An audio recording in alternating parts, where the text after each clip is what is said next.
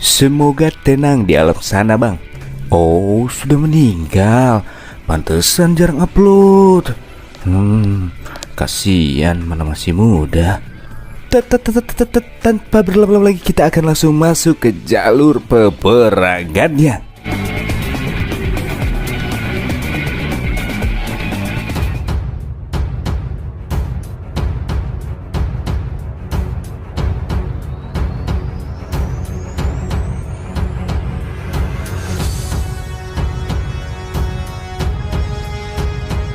Demi menjadikan dirinya semakin kuat, Lao Feng terus menjalani rutinitas hariannya dengan berlatih di dalam ruang virtual melawan Dao Yi.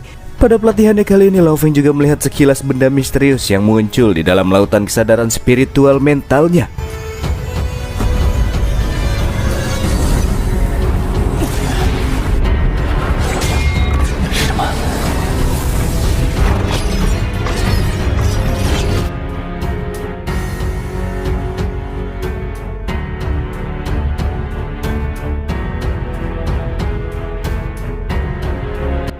Hingga akhirnya 1 tahun pun telah terlewati. Babata yang berniat untuk membuat kapal ruang angkasa nampaknya masih belum bisa menemukan material reruntuhan asing yang cocok untuk membuat kapal yang ingin ia ciptakan.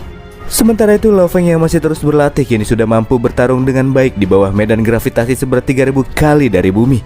Namun kendati demikian, hingga saat ini kekuatan Lao Feng masih belum bisa menembus level penjelajah bintang tingkat ketiga.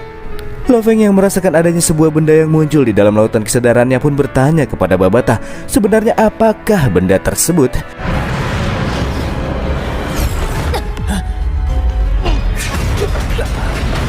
Dan dijelaskanlah oleh Babata apa yang muncul di dalam kesadaran Lao Feng merupakan warisan segel jiwa yang sengaja Babata tanamkan di dalam kesadaran Lao Feng setelah ia secara resmi menjadi murid Huyanbo. Dan warisan segel jiwa tersebut kini sedang dalam tahap penggabungan dengan kesadaran sang MC. Di lain hal, di dalam pelatihannya, tiba-tiba saja suasana yang sebelumnya cerah seketika berubah menjadi kelam di saat munculnya gerhana yang menutupi cahaya yang menerangi area di sekitar mereka. Tubuh Lao Feng juga sekarang tidak lagi bisa digerakkan akibat kemampuan Dao Yi yang ternyata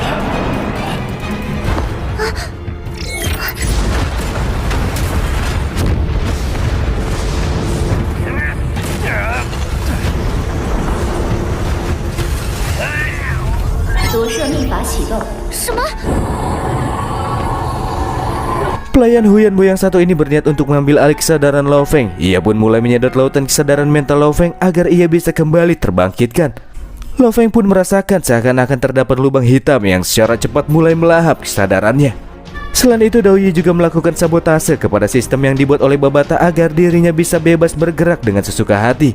Ya, saat ini Dao Yi sudah berada di luar kendali.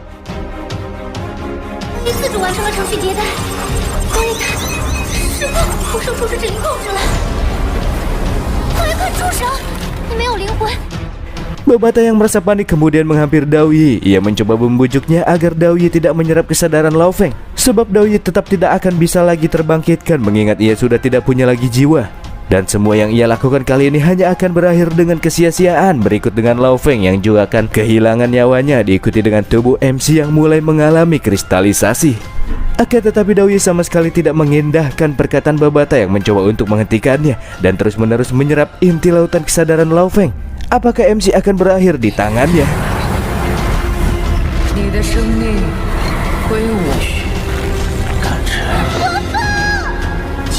Oh, tentu tidak. Walaupun MC merasakan setiap kenangan di dalam dirinya mulai pergi meninggalkan tubuhnya, namun karena masih ada banyak orang-orang yang harus ia lindungi, ia pun takkan membiarkan Dao Yi mengambil alih kesadarannya. Di saat itulah Lao Feng yang sujur tubuhnya hampir berubah menjadi kristal seutuhnya mulai mengalami reaksi bersamaan dengan kekuatan mentalnya yang secara tiba-tiba melonjak naik.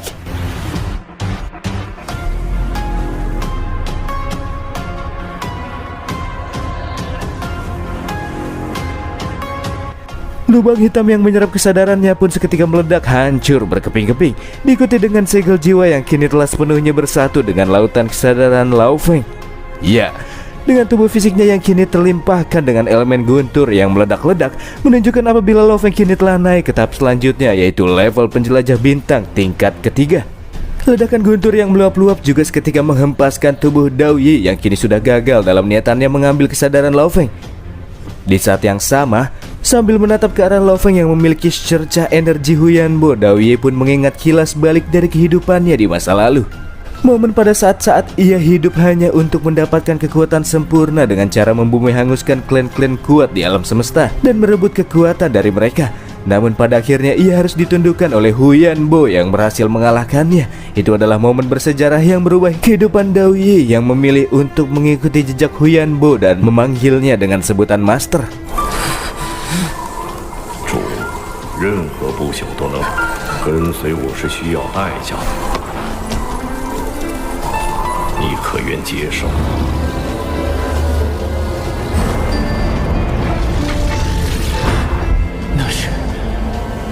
Sedangkan Lo Feng kini mendapatkan sebuah penglihatan dengan terlihatnya 5 pelayan Huyanbo yang membentuk sebuah susunan formasi. Dan tak lama setelahnya muncullah Dao Ye yang memperjelas bahwa apa yang Lo Feng lihat itu disebut dengan formasi heksagram.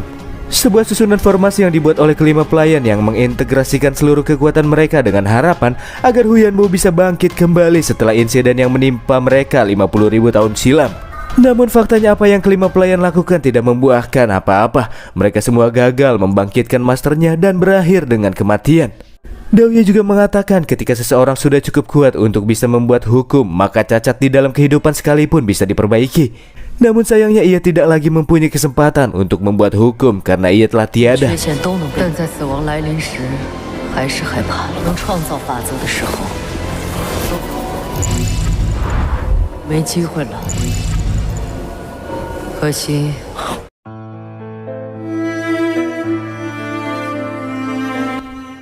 Dao Ye menggunakan ingatan terakhir dari kehidupannya untuk memperlihatkan susunan rahasia heksagram, tentunya bukan tanpa alasan. Lo Feng pun sadar bahwa Dao Ye ingin menyerahkan tugas membangkitkan Huyanbo kepadanya jika Lo Feng sudah cukup kuat di masa mendatang. Melihat Lo Feng yang kembali sadar, Babata pun sangat senang. Apalagi MC juga sudah berhasil menyelesaikan tahap latihannya bersama Dao Ye. Di sisi lain, sebelum kepergiannya, Dao Ye sendiri berterima kasih kepada Babata yang telah kembali menghidupkannya meskipun itu tidak nyata. Dao Ye juga meminta kepada Lo Feng untuk terus melanjutkan warisan yang sudah diberikan oleh sang master. Dan setelahnya tubuh Dao Ye pun menyebar dan kembali ke bentuk jasad abadinya.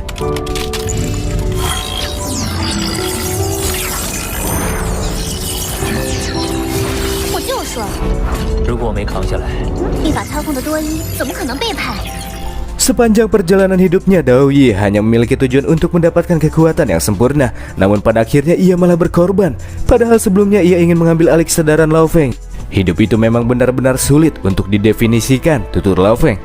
Babata pun melanjutkan, meskipun benar-benar membingungkan, namun Dao Ye mempunyai maksud dan tujuan yang jelas, di mana dirinya mengorbankan diri untuk bintang meteorit yang sangat berharga. Dan bahkan demi keberlangsungan bintang meteorit, Babata sekalipun akan langsung membawa Lo Feng keluar angkasa jika suatu waktu bumi berada di ambang kepunahan. Sambil berjalan pergi, Lo Feng pun menjawab mungkin hal itu takkan terjadi, karena sebisa mungkin Lo Feng akan mencegah bahaya apapun yang akan menimpa di masa mendatang. Dan kemudian kita akan berpindah ke lokasi pusat pangkalan militer Amerika. Dengan terlihatnya para pasukan militer Amerika yang sedang menjalani rutinitas harian mereka sebagai abdi negara.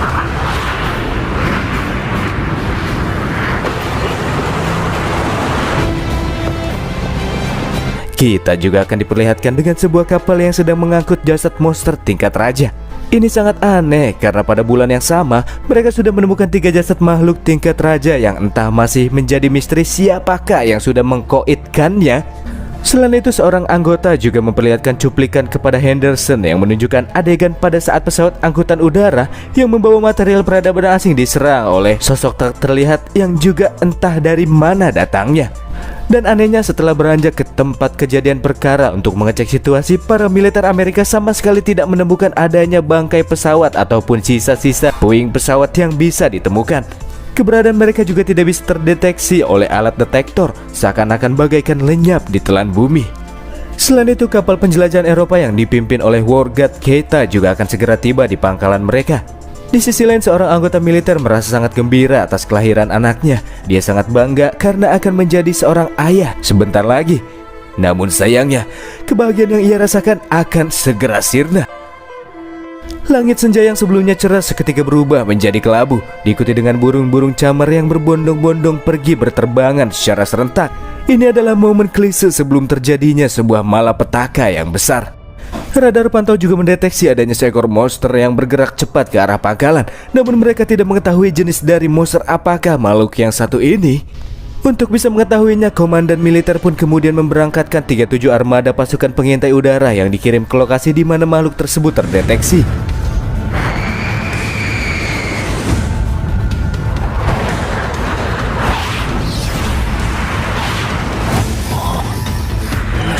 Meskipun telah berkontak mata dengan sang monster yang muncul, namun para pasukan pengintai tidak bisa mengunci target yang melesat dengan cepat ke arah pangkalan. Oleh karena itulah Henderson memberikan mandat kepada anggota militer di pangkalan untuk beralih ke mode tempur. Energi kehidupan dari makhluk yang tidak diketahui tersebut juga terus mengalami lonjakan yang hebat, berikut dengan tingkat ancaman bahaya yang terus-menerus naik secara signifikan.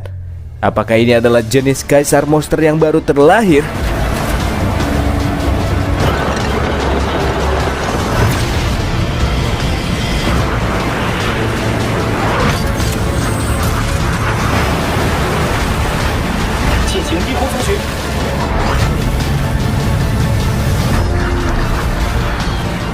Sebuah tanduk emas yang muncul di atas permukaan air melesat dengan whoosh whoosh dan dalam waktu sepersekian detik saja langsung membelah sebuah kapal laut militer dengan mudah. Pergerakan yang sangat cepat juga menghempaskan kapal laut lain yang padahal sudah berada dalam mode siaga.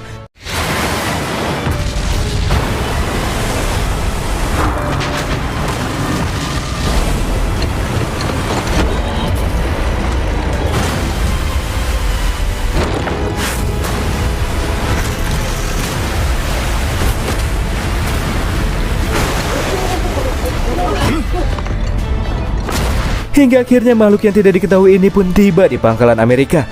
Makhluk berukuran 100 meter yang memiliki sepasang sayap, 2 buah mulut, dan tanduk emas sebagai senjatanya.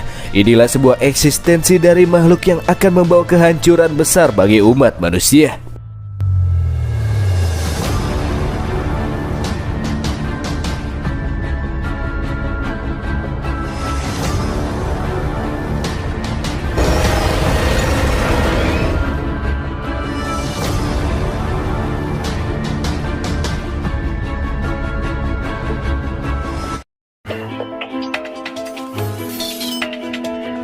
Di awal tahun 2060 dikatakan bahwa umat manusia di bumi kini sudah memiliki total 81 anggota dewa perang yang tersebar di segala penjuru tempat. Sehingga umat manusia sudah mempunyai kekuatan yang dirasa cukup mumpuni untuk bisa menahan guncangan dari para monster yang kerap kali melakukan invasi. Sementara itu Lo Feng merasa sangat gembira karena selanjutnya ia akan menempuh kehidupan yang baru bersama Shushin. Ya, akhirnya keduanya menikah. Ini namanya hari patah hati nasional bagi para penggemar Shushin.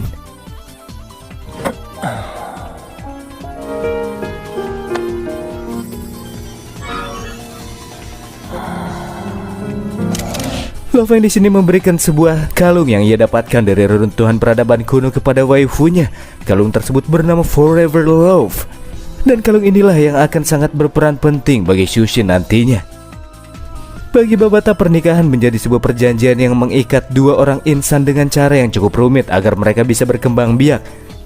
Dikatakan pula setelah banyak organisasi besar mendapatkan kristal kayu di dalam pulau berkabut, sejumlah besar pejuang penjelajah bintang juga telah meningkat dengan pesat. Kelima negara besar juga sudah memiliki kekuatan yang cukup untuk bisa menghadang munculnya invasi monster. Dan ini adalah kedamaian yang belum pernah terjadi di bumi setelah munculnya era Nirvana. Lo Feng juga merasa sangat nyaman bisa menikah dengan sang pujaan hatinya. Tapi sebelum keduanya berceplokan, Lo Feng mendapatkan sebuah panggilan penting dari Komandan Jia Yi yang meminta kepada Mayor Jenderal Lo Feng untuk segera pergi ke Istana Dewa Perang dan menghadiri sebuah rapat penting yang digelar oleh tetua pertama alias Hong. 第一元老叮嘱我们必须出席。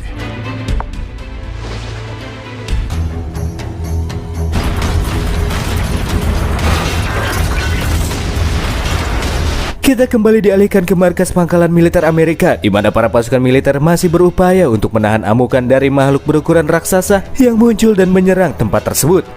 Derasnya hujan peluru yang terdaratkan ke tubuh makhluk tersebut seakan-akan bagaikan serangan yang sangat lemah baginya. Itu tidak berdampak apapun kepada sang monster. Justru sebaliknya, serangan yang dilancarkan oleh makhluk tersebut terus-menerus menimbulkan banyak korban jiwa yang berjatuhan. Apalagi makhluk tersebut merupakan jenis monster terbaru yang datanya sama sekali tidak ada di mana-mana.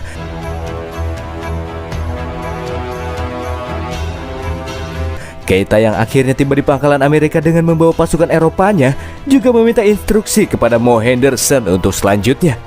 Henderson pun memberikan instruksi untuk mengerahkan seluruh pasukan militer darat dan udara untuk menyerang sang monster secara serentak.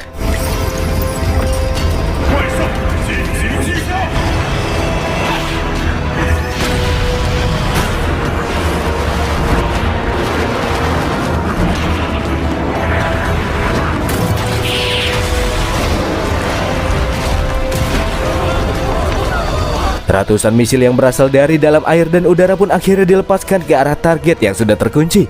Selain memiliki daya hancur yang tinggi, misil tersebut juga merupakan misil kendali yang akan terus mengejar targetnya tanpa henti.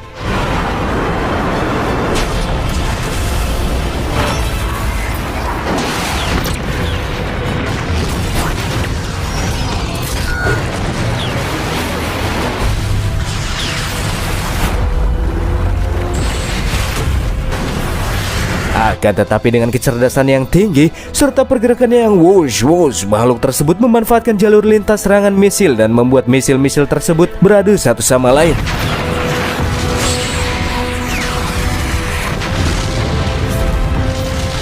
Fakta ini membuat para anggota militer Keita maupun Henderson begitu kaget dengan kemampuan yang dimiliki oleh sang monster.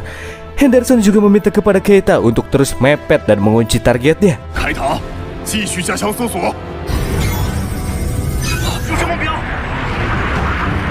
Tapi tiba-tiba saja ia malah kehilangan target. Yang faktanya sang target yang bergerak dengan cepat kini sudah berada di atas pesawat para militer. Hal ini memaksa mereka untuk menghindari dengan cara menukik. Namun tetap saja korban jiwa tetap tidak bisa dihindari karena pergerakan monster yang begitu cepat takkan bisa mereka hentikan. Keita kemudian membagi pasukannya menjadi dua bagian untuk memotong rute pelarian dari sang monster. Dan di saat target telah terkunci kembali, ia bersama para angkatan udara lainnya akan menembakkan meriam laser secara bersamaan. Ini adalah senjata yang mampu menghabisi makhluk tingkat raja dengan cepat serta menahan makhluk tingkat kaisar. Menurut Henderson, meskipun makhluk tersebut sangat cepat, akan tetapi lesatan dari tembakan senjata meriam laser itu super cepat dan sangat sulit untuk bisa dihindari. Selain itu, daya hancur yang sangat kuat juga menurutnya akan menghasilkan damage yang ekstrim kepada sang monster. Apalagi jumlah tembakannya banyak, jadi sang monster sudah pasti takkan bisa menghindari semuanya. Setelah terkepung, makhluk tersebut pada akhirnya harus terkena banyak tembakan dari meriam laser. Dan setelahnya, angkatan udara pun melakukan pengecekan apakah makhluk tersebut masih hidup ataukah tidak.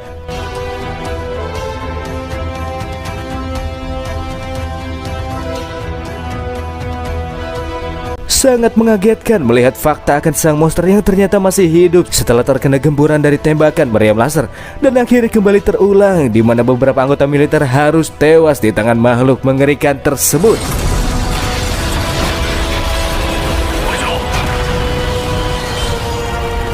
Keita yang kebingungan karena meriam laser pun tidak mempan, kemudian meminta Mo Henderson memberikan perintah lanjutan. Di sini Henderson memberikan instruksi kepada segenap jajaran anggota untuk kembali menyerang sang monster dengan meriam laser yang tingkatannya disesuaikan ke daya maksimal. Sementara Keita dan militer udara lainnya ditugaskan untuk membawa dan menarik perhatian target ke arah jangkauan serang meriam laser. Meskipun angkatan udara terus berguguran satu persatu, namun mereka tetap menjalankan instruksi secara profesional.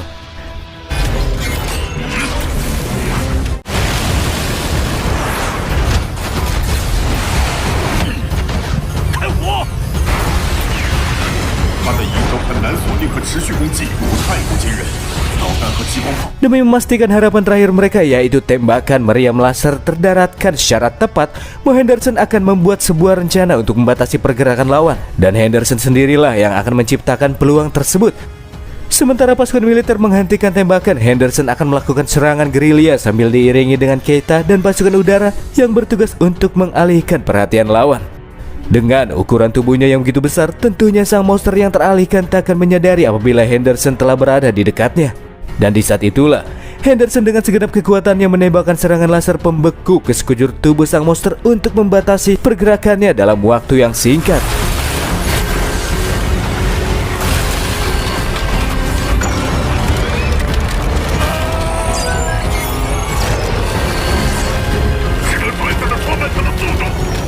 Ketika pergerakan lawan sudah terhenti, akhirnya terciptalah sebuah momen untuk bisa melepaskan meriam laser bertenaga maksimal. 这就是机会。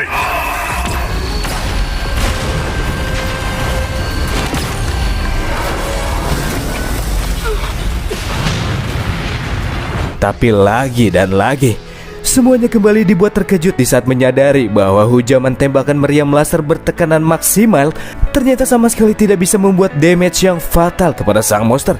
Harusnya serangan Excalibur itu sudah cukup untuk membuat seekor kasar monster terluka. Sebenarnya se-overpower apakah makhluk yang satu ini?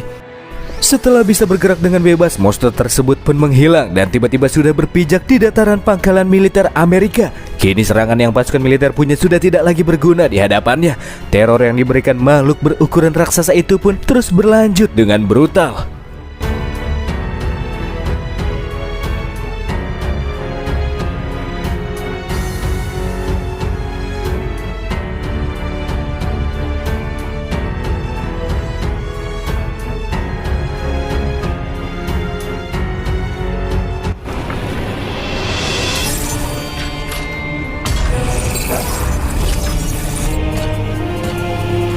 Sementara itu, Lao Feng dan Jiayi kini sudah tiba di ruang aula konferensi Istana Dewa Perang.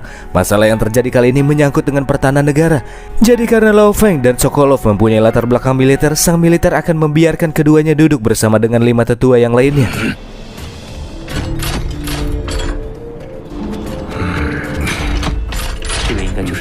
Di tempat tersebut, Lao Feng juga melihat sang ketua kelima yang bernama Atkin. Dia dikatakan sebagai pejuang terkuat dari Eropa setelah Yishte, dan dia jarang menampakkan dirinya di publik. Namun kali ini ia muncul dan menunjukkan dirinya, yang artinya masalah yang terjadi kali ini benar-benar sudah sangat parah. Di sisi lain, Mo Henderson yang baru saja tiba juga terlihat mengalami luka yang cukup berat. Tak lama berselang, semua pejuang pun berdiri karena 2 orang terkuat di bumi sudah tiba.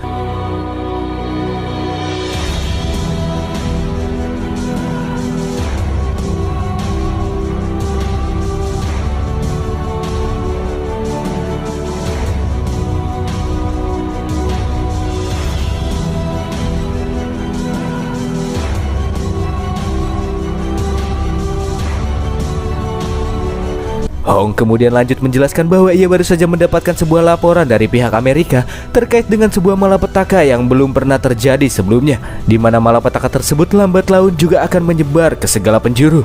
Dari sinilah selanjutnya Henderson akan menjelaskan dengan apa yang telah terjadi dengan Amerika. Ia pun kemudian memutar sebuah cuplikan video yang sempat terekam pada saat terjadinya malapetaka yang telah menimpa pangkalan militer Amerika. 你们看了就明白。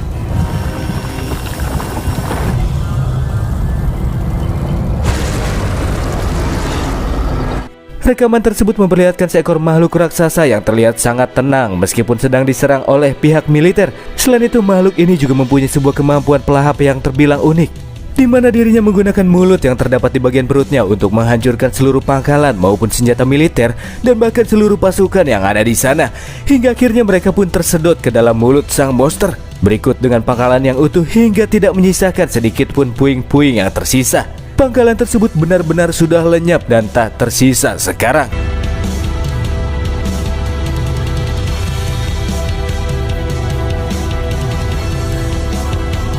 Rekaman yang ditampilkan membuat orang-orang kuat sekalipun tak bisa berkata apa-apa lagi. Makhluk yang satu ini benar-benar begitu ganas. Selain Henderson yang berhasil lolos, terdapat penatua Ethan dari Higher Alliance dan juga Dewa Perang Keita yang sangat Lo Feng kenal. Ada pula 12 orang Dewa Perang dan 50.089 orang yang berkorban sampai titik darah penghabisan untuk melawan makhluk ganas tersebut. Fakta ini membuat Lo Feng emosi sekaligus gemetar, namun ia mencoba menenangkan diri karena ia sadar betul bahwa tragedi seperti ini akan terjadi cepat atau lambat.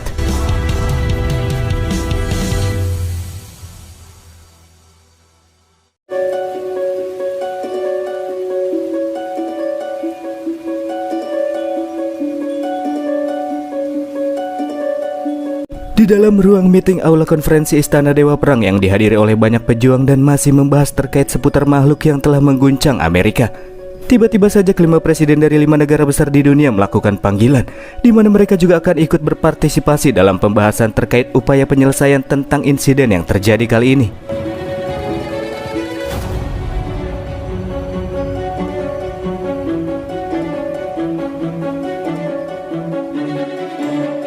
Setelah melihat video yang ditunjukkan oleh Henderson sebelumnya, Hong kemudian lanjut menanyakan situasi terkini yang sedang terjadi di tanah air Amerika saat ini kepada sang presiden. Dan dari beliaulah akhirnya didapati situasi saat ini sangat mengerikan, di mana para monster laut terus-menerus melakukan gempuran di dataran di bawah kepemimpinan sang tanduk emas. Tapi bukan hanya dia saja, bahkan masih terdapat pemimpin kawanan monster lain yang bergerak secara terpisah. Dan sejauh ini terdapat 4 pangkalan perang yang berhasil dihancurkan serta lebih dari 210.000 nyawa prajurit yang tewas dalam gelombang monster. Setelah melihat semua video yang ditampilkan, Lei Shen sadar bahwa pemimpin monster lainnya yang menimbulkan ancaman gelombang monster merupakan sosok dari 2 kaisar monster yang kini sudah mulai melakukan pergerakan.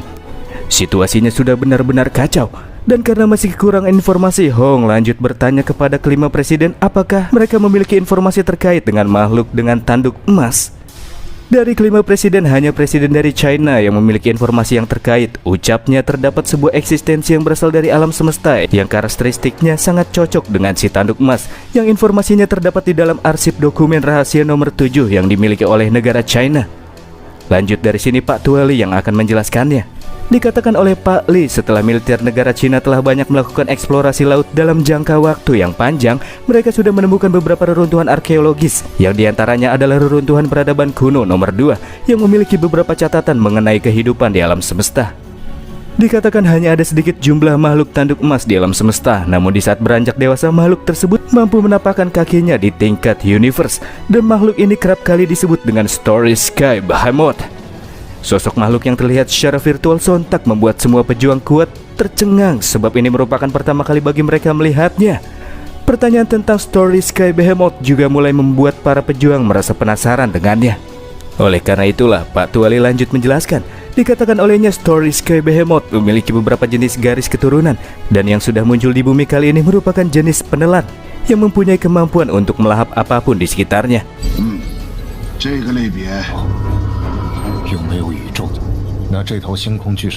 Menurut tingkat kekuatannya yang diukur dari panjang tubuh, Story Sky Behemoth level universe memiliki ukuran tubuh sepanjang puluhan ribu meter. Namun yang muncul di bumi hanya berukuran 100 meter saja, dan diperkirakan berada di level penjelajah bintang tingkat 8-9 atau mungkin tingkat star. Ya, jika itu benar adanya, maka ini menjadi kali pertama umat manusia bumi harus berhadapan dengan makhluk berlevel star.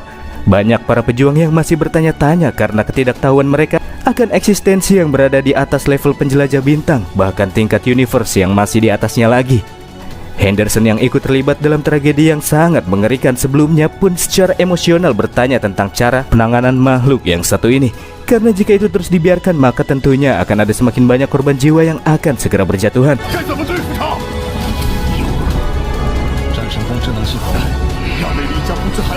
Dan dari data yang dikumpulkan dari pertempuran sebelumnya diketahui bahwa Sky Behemoth memiliki kecepatan lebih dari 14.000 mile per detik. Itu sangat crazy. Dan bahkan kecepatan makhluk tersebut 3 kali lipat daripada kecepatan Hong ataupun Lei Shen. Lo Feng sendiri yang seorang penjelajah bintang tingkat ketiga dengan kekuatan mentalnya, jika ia menggunakan shuttle-nya, kecepatan batas maksimal yang bisa ia dapatkan tidak lebih dari 5.000 mile per detik.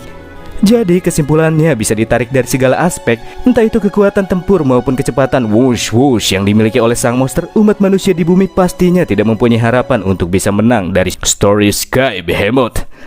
Fakta ini membuat para pejuang kuat mulai layu dan kehilangan semangat untuk bisa menghadapi malapetaka besar yang menimpa bumi.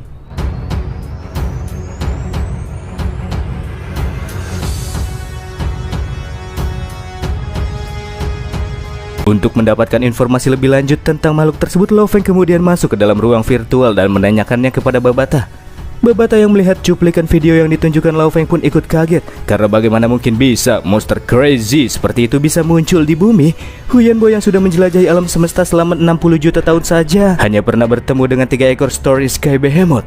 Dan dari ketiga-tiganya tidak ada satupun dari mereka yang memiliki garis keturunan tinggi seperti yang muncul di bumi. Dikatakan bahwa Story Sky Behemoth merupakan monster tipe pelahap yang memiliki banyak garis keturunan serta 2 garis keturunan tinggi. Salah satunya adalah Flame Star Behemoth dan lainnya adalah Golden Horn Behemoth. Dan yang muncul di bumi merupakan jenis Golden Horn Behemoth yang lebih terkenal akan kebrutalannya dibandingkan dengan garis keturunan Flame Star. Dan kehadirannya di bumi juga menunjukkan apabila bumi sudah dipastikan akan segera musnah. Ya, semuanya termasuk dengan segala peradaban ribuan tahun yang sudah susah payah dibangun oleh manusia juga akan musnah.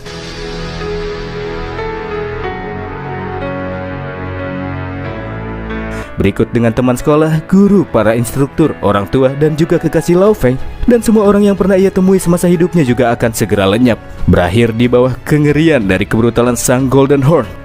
Tapi sebagai main karakter dari Donghua ini, Lao Feng tak akan membiarkan itu semua terjadi. Ya, Lao Feng membulatkan tekadnya untuk bisa menghabisi sang Golden Horn agar ia tidak kehilangan segalanya di muka bumi. Babata pun marah-marah dengan kebulatan tekad Lao Feng yang dirasa tidak sadar diri, padahal dirinya cuma penjelajah bintang 3. Tapi berani-beraninya melawan Golden Horn Behemoth, karena meskipun Lao Feng merupakan pewaris bintang meteorit, akan tetapi background dari Golden Horn juga tidak sembarangan. Dan jika Lao Feng ingin membunuh makhluk crazy tersebut, itu sama saja dengan artinya membunuh diri sendiri. Agar terhindar dari kematian, Babata kemudian menyarankan kepada Lao Feng untuk bersembunyi saja di dalam kapal luar angkasa bintang meteorit, karena dengan materialnya yang kokoh tentunya makhluk tersebut takkan bisa menghancurkannya. Selain itu, kapal bintang meteorit juga takkan bisa disedot olehnya karena itu memiliki bobot yang sangat berat. Agar Lao Feng mengikuti saran Babata, AI tersebut juga bahkan mengizinkan kerabat terdekat Lao Feng bersembunyi di dalam kapal bintang meteorit sebagai tempat perlindungan. Namun bujuk rayu Babata masih belum bisa menggoyahkan tekad Lao Feng yang sudah terlalu bulat, padat, dan boba. Ia tidak ingin terus-terusan bersembunyi dan setelahnya menyaksikan seluruh umat manusia telah musnah. Tentunya takkan terbayangkan jika Lao Feng hanya bisa hidup dengan keluarganya tanpa adanya manusia lain yang tinggal di bumi. Kelakuan Lao Feng semakin membuat Babata jengkel, sebab MC tetap bersikukuh untuk bisa melawan Golden Horn yang padahal bukan tandingannya.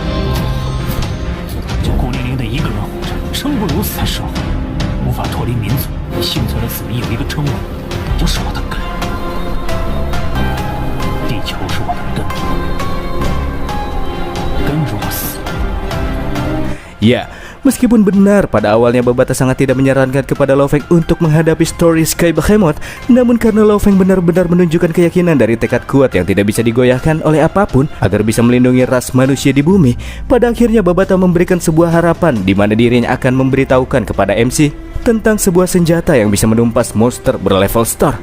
Dikatakan olehnya jika di alam semesta yang luas, seorang pejuang tingkat star sudah dianggap sebagai keberadaan yang kuat sebagai perbandingan tingkatan di atasnya. Seorang pejuang universe bahkan hanya dengan fisiknya saja ia mampu menahan serangan dari pasukan armada bintang, yang artinya sangat sulit bagi armada bintang menghabisi seorang level universe. Sama halnya dengan menghabisi level star, di mana umat manusia bumi harus memiliki senjata yang super kuat. Akan tetapi membuat senjata yang super kuat tahapnya agak sedikit rumit dan membutuhkan waktu bertahun-tahun untuk bisa menciptakannya. Tapi dengan kecepatan perkembangan Golden Horn, diperkirakan ia bisa meratakan bumi hanya dalam waktu 1 bulan saja. Di lain hal, meskipun senjata super sudah diciptakan, namun Lao Feng juga harus menyerang targetnya yang cepat dari jarak dekat. Hal ini sangat sukar untuk dilakukan, dan itulah problema lain yang harus diselesaikan. Dan untuk bisa menciptakan senjata super tersebut, Lao Feng mesti mengumpulkan banyak bangkai pesawat luar angkasa yang mungkin diantaranya dilengkapi dengan senjata bertekanan tinggi. Meskipun senjata-senjatanya sudah berkarat dan tidak aktif lagi, tapi Babata bisa memodifikasinya sehingga itu bisa digunakan kembali. Namun itu semua masih dianggap sebagai keberuntungan jika material-materialnya bisa didapatkan. Sebab senjata super penghancur level star merupakan senjata yang kuat. Bahkan kapal luar angkasa di markas Aula Bela Dirjection pun sama sekali tidak berharga karena hanya dilengkapi dengan persenjataan yang jelek.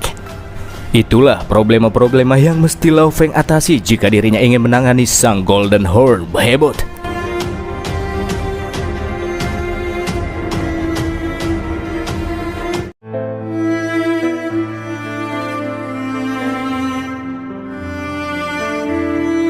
Untuk bisa mengetahui titik kelemahan lawan, Lao Feng kemudian bertanya kepada Babata terkait dengan kekuatan yang dimiliki oleh Golden Horn, dan setelahnya dijelaskanlah oleh Babata.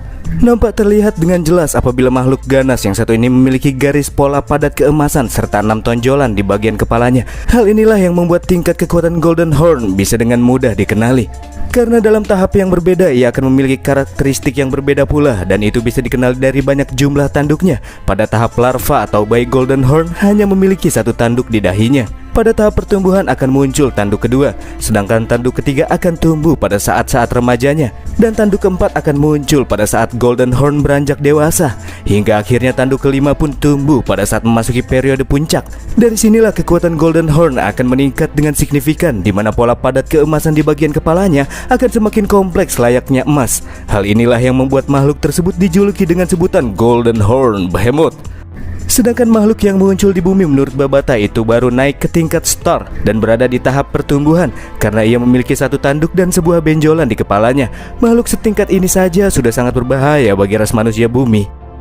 Pada tahap pertumbuhannya, Golden Horn akan memakan dan menyerap material-material yang terbuat dari logam untuk mengembangkan kekuatannya.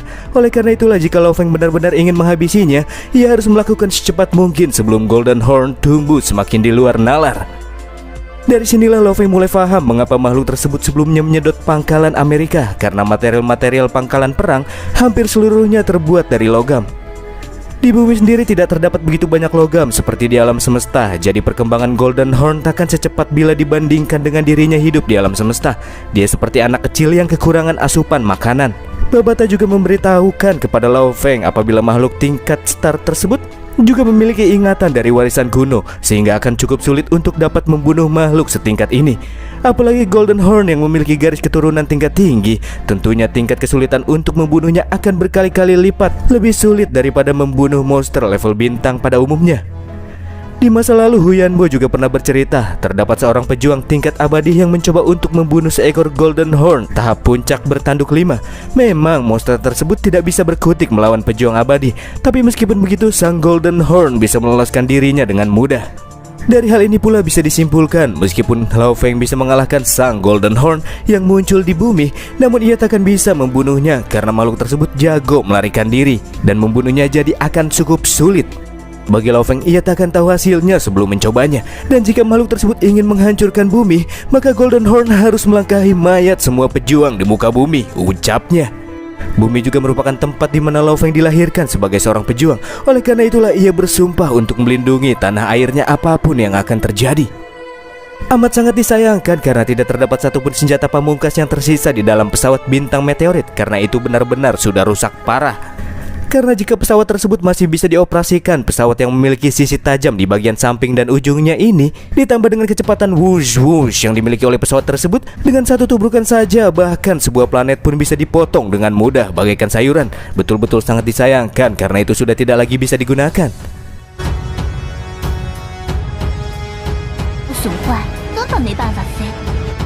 Beralih ke ruang aula konferensi Dewa Perang, di mana Jiai sedang melakukan personal chat dengan Pak Li, di mana keduanya masih membahas terkait seputar penanganan Golden Horn. Menurut Jiai, jika makhluk ganas ini berlevel star, paling-paling tingkat kemenangan yang bisa mereka dapatkan cuma 10% saja. Namun terdapat kemungkinan lain yang bisa digunakan untuk menghadapi lawan, yaitu sebuah senjata yang bahkan belum pernah digunakan pada saat era Nirvana, yaitu bom nuklir berkekuatan maksimal. Penggunaan senjata itu memungkinkan karena terdapat lahan kosong seluas puluhan ribu kilometer persegi yang bisa dimanfaatkan untuk menjatuhkan senjata tersebut. Dan jika itu masih gagal dalam menghabisi Golden Horn, harapan terakhir agar manusia untuk bisa bertahan adalah membangun proyek warisan baru. Jadi pada saat era Nirvana, dulunya umat manusia juga sempat membangun beberapa kawasan proyek warisan. Ini merupakan upaya yang mereka buat agar bisa terhindar dari invasi monster. Namun semuanya berakhir dengan kegagalan. Dalam situasi ini, Pak Li juga yakin apabila kelima negara besar yang lainnya juga pasti sempat memikirkan cara yang satu ini, yakni membangun kawasan proyek warisan yang baru secara diam-diam. Jika menghabisi Golden Horn Behemoth menjadi suatu kemustahilan nantinya. Semua hadirin di aula konferensi tersebut terdiam cukup lama karena harus memikirkan berbagai macam cara agar umat manusia terhindar dari kepunahan. Di saat itulah Lei Shun bertanya apakah Hong benar-benar ingin menghadapi Golden Horn. Iya, meskipun sang pemimpin tidak yakin, akan tetapi mau tidak mau ia harus tetap berhadapan dengan makhluk sekaliber itu hingga menit terakhir. Setelah naik satu tingkatan menjadi penjelajah bintang ke-7 plus domain yang ia miliki plus anggur kontak awan yang sudah menyerap kristal kayu, jika ia melawan seekor beast tingkat star, itu tetap saja kemungkinan menang masih terlalu kecil baginya. Apalagi sang monster masih belum menunjukkan semua kemampuannya.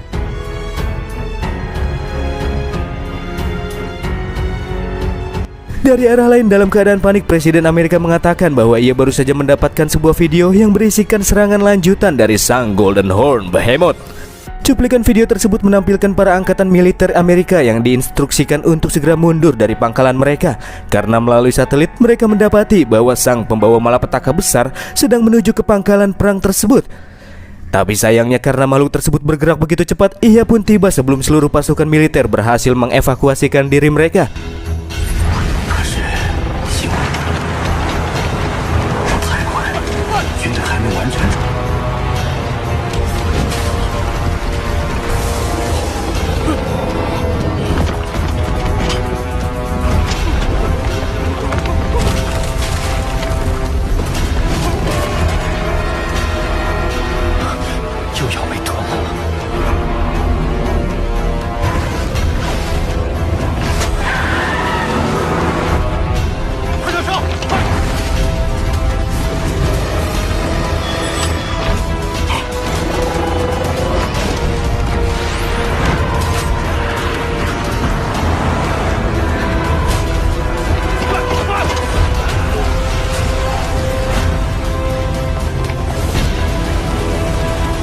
Dan ya, insiden yang terjadi kali ini kembali membuat banyak korban jiwa yang berjatuhan.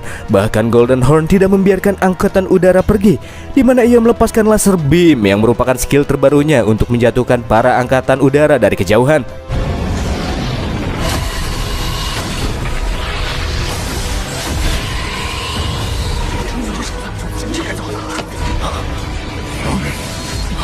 Golden Horn yang menjadi semakin overpower membuat para pejuang yang menghadiri aula konferensi semakin dibuat kehilangan harapan untuk bisa menghadapinya.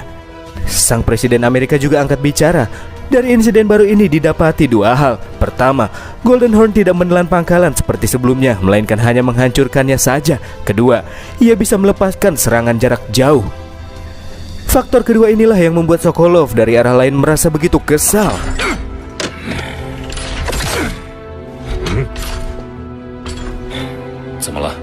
Karena sebelumnya pihak Rusia telah berdiskusi bahwa mereka akan menggunakan bom hidrogen bertekanan maksimal yang akan didaratkan di bagian mulut ataupun permukaan kulit dari sang monster. Padahal masalah kemampuan pelahap yang dimiliki oleh sang monster hampir bisa mereka atasi. Tapi sialnya malah muncul masalah lain yang jauh lebih besar, dan itu adalah kemampuan laser beam musuh untuk menyerang jarak jauh. Karena dengan ketahanan fisik yang tinggi, jika bom hidrogen yang mereka daratkan meledak dalam jangkauan 50 meter dari target karena terkena laser beam, paling-paling itu cuma bisa menggores kulitnya saja. Di lain hal, setelah bom hidrogen diledakkan, maka itu akan menghasilkan suhu yang super tinggi, gelombang kejut, serta penyebaran radiasi nuklir yang takkan bisa terhindarkan. Dan bagi sang monster harusnya radiasi nuklir takkan terlalu berpengaruh untuknya. Berbeda jika itu terpapar kepada manusia. Bahkan pejuang setingkat dewa perang sekalipun akan menghindari paparan dari radiasi nuklir. Jadi cara satu-satunya bila ingin mendapatkan kesempatan menang melawan Golden Horn, mereka harus meledakkan bom hidrogen dalam jarak yang sangat-sangat dekat dari targetnya. Selain memiliki kesempatan menang, hal ini juga berguna untuk meminimalisir penyebaran radiasi nuklir ke segala area. Dan ada baiknya lagi, mereka harus mendaratkan bom tersebut tepat di mulut sang monster, karena pertahanan yang terdapat di dalam mulutnya jauh lebih rapuh daripada bagian kulit bersisiknya. Dan pada saat itulah ledakan dari bom hidrogen akan setara dengan ratusan juta bom yang akan meledakkan kepala sang Golden Horn Behemoth hingga tak tersisa. Itulah rencana yang telah dirancang oleh pihak Rusia. Apakah rencana ini akan berjalan dan sanggup untuk menghabisi sang pembawa malapetaka besar di bumi? Itu adalah akhir dari episode kali ini. Semakin menegangkan dan semakin membuat darah-darah mendidih, membuat kita tak sabar menunggu episode selanjutnya.